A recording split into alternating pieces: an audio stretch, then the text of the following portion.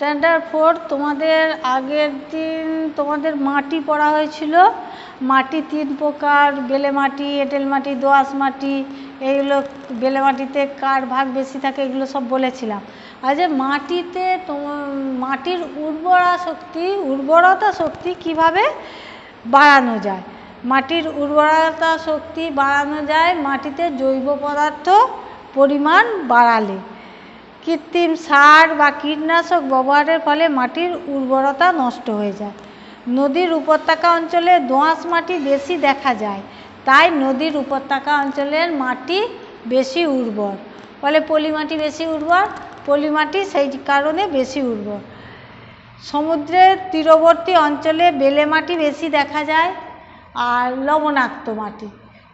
এই মাটি কিন্তু অত উর্বর নয়। এবার দেখো মাটির জল ধারণের ক্ষমতা কীরকম। 3 প্রকার মাটির সেই পরীক্ষাটা তোমাদের এখানে একটু দিয়ে দিয়েছে। 3টে পাত্র নিয়ে 3টে পাত্রের তলায় ছিদ্র করে দিয়ে 3টে পাত্রতে একটা বেলে মাটি, একটা দোআঁশ মাটি, একটা এঁটেল মাটি নিয়ে তাতে সমপরিমাণ জল ঢালা হলো। দেখা যাবে যে বেলে মাটিতে তলা ছিদ্র দিয়ে তলায় একটা পাত্র পেতে দিলে সেই পাত্রে বেশি পরিমাণ জল সঞ্চয় হচ্ছে, দোআঁশ মাটিতে মাঝারি হচ্ছে আর এঁটেল মাটিতে খুব কম হচ্ছে। এ থেকে তাই বোঝা যায় যে মাটির জল ধরে রাখার ক্ষমতা কার সবচেয়ে বেশি। এঁটেল মাটির সবচেয়ে বেশি। আর কার সবচেয়ে কম না বেলে মাটির সবচেয়ে কম আর দোআঁশ মাটির মাঝারি। এগুলো বইতে আছে, পড়বে। তারপর জল, এটা হলো একটা জলচক্র। জল কিভাবে মেঘ হচ্ছে, জল মেঘ হয়ে আবার বৃষ্টি হচ্ছে, জল এই একটা গোল চক্রের মধ্যে দিয়ে ঘুরছে। সমুদ্র আমাদের পৃথিবীর 3 ভাগ জল, 1 ভাগ স্থল।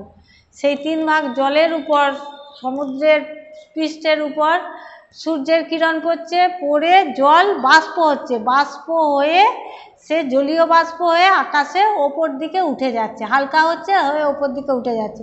ওপরের বায়ু, ঠান্ডা বায়ুর সংস্পর্শে এসে সেই জলীয় বাষ্প আরও ঘনীভূত হচ্ছে, ঘন হচ্ছে, ঘন হয়ে মেঘের সৃষ্টি হচ্ছে। মেঘ আরও ঘনীভূত হলে তখন তারা বৃষ্টির ছোট ছোট ফোঁটা হয়ে যাচ্ছে, সে আর বাতাসে ভেসে থাকতে পারছে না, বৃষ্টি আকারে মাটিতে নেমে আসছে। এইভাবেও বৃষ্টি হচ্ছে। আবার সেই জলীয় বাষ্প ওপরে, আমরা জানি হিমালয় পর্বতের চূড়ায় সব সময় বরফ জমে আছে। সেই জলীয় বাষ্প গিয়ে হিমালয় পর্বতের অনেক উঁচু মাথায় গিয়ে সেখানে এত ঠান্ডা যে সেখানে জলীয় বাষ্প গিয়েই সঙ্গে সঙ্গে বরফ হয়ে যাচ্ছে। সেই বরফ আবার সূর্যের তাপে গলছে, গলে ঝর্ণার সৃষ্টি হচ্ছে। আমরা জানি সেই ঝর্ণা থেকেই একটা নদীর সৃষ্টি হচ্ছে।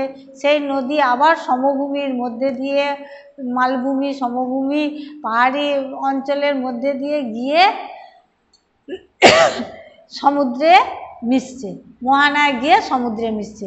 তাহলে জল সমুদ্র থেকেই উঠে গিয়ে আবার সমুদ্রে মিশে যাচ্ছে। এটা হলো জলচক্র। এইভাবে জলের একটা গোল চক্রাকারে জল ঘুরতে থাকছে। জল স্বাদহীন, বর্ণহীন, গন্ধহীন, তরল। এর কোনো স্বাদ নেই। জল আমরা প্রত্যেকেই খাই, জল না খেলে বাঁচব না। এর কোনো গন্ধও নেই আর জলের কোনো রঙও নেই। জলের নিজস্ব কোনো আকারও নেই, যে পাত্রে রাখা হয় সেই পাত্রের আকারই ধারণ করে। আর কি আছে, জলের চাপ আছে। সেটা কি করে বোঝা যাবে না, জলের আমাদের যে নদীতে বাঁধ দেওয়া হয়, নদীর বাঁধ দেওয়ার ফলে কি হয় না, একদিকে জলটাকে আটকে দেওয়া হয়, দিয়ে তার তলায় একটা ছিদ্র, বড় ছিদ্র থাকে, সেইখান থেকে জল ফোর্সে গিয়ে একটা চাকার উপর পড়ে, সেই চাকাটা ঘোরে, তা থেকে জলবিদ্যুৎ উৎপন্ন হয়, আবার সেই জল গিয়ে চাষের কাজে লাগে। তাহলে এই জলের চাপ আছে বলেই জলের এই চাপের দ্বারা টারবাইন চাকাকে ঘুরিয়ে আমাদের জলবিদ্যুৎ তৈরি হচ্ছে, সেই বিদ্যুৎ আমাদের কাজে লাগছে। সেহেতু জলের চাপ আছে, জলের আয়তন আছে। জলের একটা আয়তন আছে, গ্লাসে রাখলে গ্লাসের মতো হচ্ছে, কিন্তু সে যতটা পরিমাণ থাকে ততটাই হচ্ছে, কিন্তু বাতাসের কোনো আয়তন নেই। তুমি একটুখানি হাইড্রোজেন গ্যাসকে একটা বেলুনে ভরলে সে বেলুনের পুরো যতটা বেলুনটা আকার পুরোটাই সে দখল করে বসে থাকে। জল কিন্তু একটুখানি জল দিলে একটা বড় গ্লাসে সব গ্লাসটা সে দখল করে বসে থাকতে পারে না, তার যতটুকু আকার সেইটুকু আকারেই সে থাকে। তবে জলের গ্লাসের আকার ধারণ করে সেইটুকুই থাকে, পুরো গ্লাসটা ভর্তি করে থাকতে পারে না। জল নিচের দিকে গড়িয়ে যায়, এটা হলো জলের উচ্চশীলতা, সমোচ্চশীলতা ধর্ম।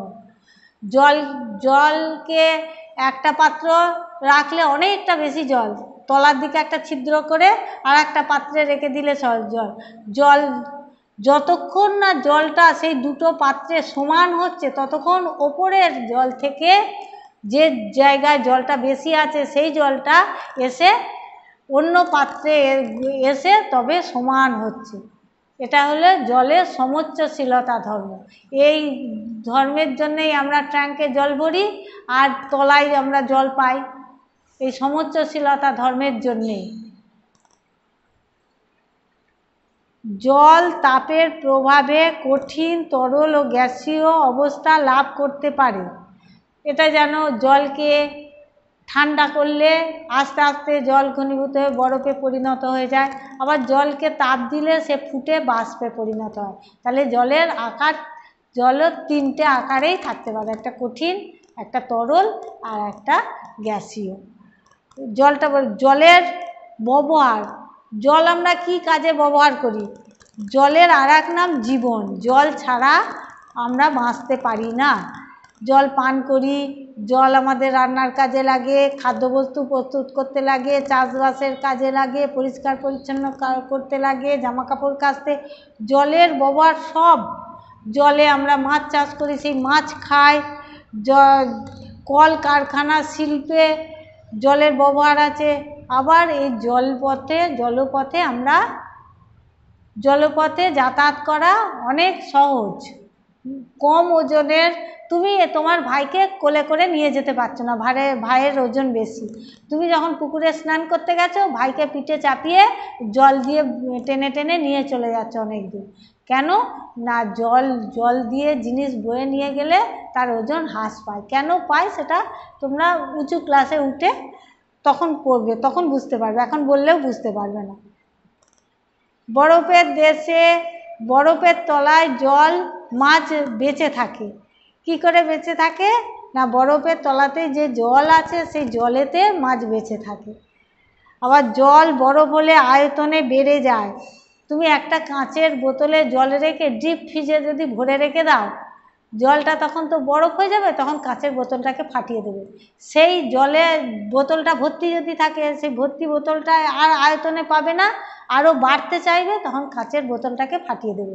তাহলে আয়তনে যে পরিমাণ জল, তুমি সেই পরিমাণ বরফ হবে না, তার আয়তন বেড়ে যাবে, আয়তন তার বেড়ে যাবে। সেই জন্য জলের উপর বরফ ভাসে, জলের তৈরি বরফ, কিন্তু জলেতে দিয়ে দেখবে বরফ ভাসছে। কেন না, বরফের আয়তন জলের থেকে অনেক বেশি, সেই জন্যে সে ভেসে থাকছে।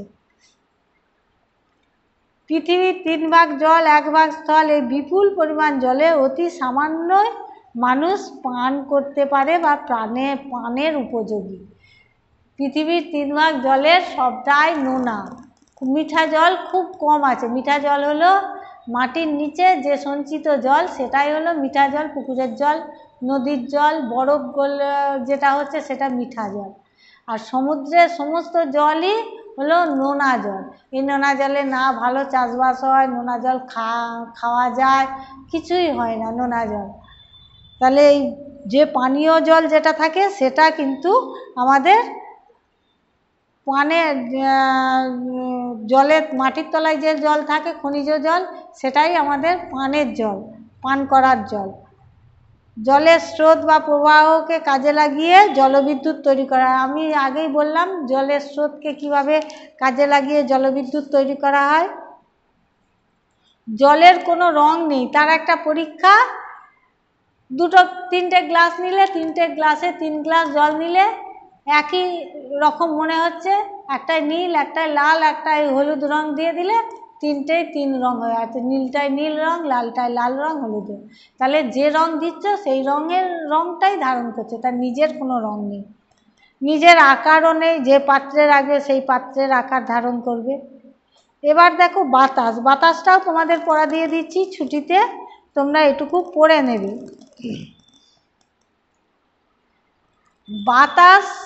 বাতাসের কি আছে না, বাতাস একটা মিশ্র পদার্থ, মিশ্র গ্যাস। এটা তো তোমরা পড়েছো আগে। এর মধ্যে oxygen, nitrogen, carbon die oxide, কিছু নিষ্ক্রিয় গ্যাস, জলীয় বাষ্প সব নিয়ে বাতাস তৈরি হয়েছে। বাতাসের বর্ণ নেই, গন্ধ নেই, কোনো স্বাদ নেই, একে চোখে দেখাও যায় না, অদৃশ্য, যার নির্দিষ্ট কোনো আকারও নেই। যে পাত্রে রাখবে সব পুরো পাত্রটারই আকার ধারণ করবে। এই গ্যাসের কতগুলো হলো গ্যাস আমাদের খুব প্রয়োজনীয়, যেমন অক্সিজেন শ্বাসকার্যে চালাতে সাহায্য করে আর আগুন জ্বালাতে সাহায্য করে। কার্বন ডাই অক্সাইড এটা একটা দূষিত গ্যাস, কিন্তু এই গ্যাসটা না থাকলে সবুজ উদ্ভিদ আবার খাদ্য তৈরি করতে পারতো না। আমরা সবসময় কার্বন ডাই অক্সাইড ছাড়ছি, আগুন জ্বালাচ্ছি, গাড়ি ঘোড়ার ধোঁয়া, কলকারখানা থেকে মানুষজন, আর সেই অত কার্বন ডাই অক্সাইড গ্যাস কে গ্রহণ করছে না, সবুজ উদ্ভিদ। সবুজ উদ্ভিদ যদি পৃথিবীতে কমে যায় তাহলে এই ভারসাম্য নষ্ট হয়ে যাবে।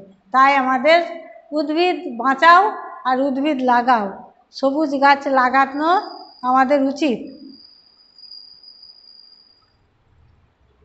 আর ভূপৃষ্ঠের প্রায় 900 কিলোমিটার উচ্চতা পর্যন্ত বায়ুস্তর, 900-র উপরে আর বায়ুস্তর নেই। এই বায়ুর আবার কতগুলো স্তর আছে। ভূপৃষ্ঠ থেকে উপরের দিকে বায়ুর চাপ কম, আর প্রাথমিক অবস্থায় তাপমাত্রাও কম। বায়ুমণ্ডল আছে বলেই এরোপ্লেন, উড়োজাহাজ উড়তে পারে, আর রেডিওও চলে, নাহলে রেডিওও আমরা শুনতে পেতাম না। আমরা বায়ুমণ্ডল না থাকলে আমরা নিজেরাই শুনতে পেতাম না। এখান থেকে এইটুকু কথা বললে তোমরা কোনো শব্দই শুনতে পেতে না। এই বায়ুমণ্ডলের দ্বারা সেই শব্দ তরঙ্গ গিয়ে আমার কানে প্রবেশ করছে, কানের পর্দায় ধাক্কা মারছে, তবে আমরা শুনতে পাচ্ছি। এই বায়ুটা পড়বে। এই পর্যন্ত তোমাদের পড়া দিলাম 31 পাতায়। সমস্যা সংকট ও দূষণের প্রতিকারের আগে পর্যন্ত, এই পর্যন্ত তোমরা ছুটিতে একটু ভালো করে পড়ে নেবে, আর তোমাদের প্রশ্ন তারপরে আমি করাবো।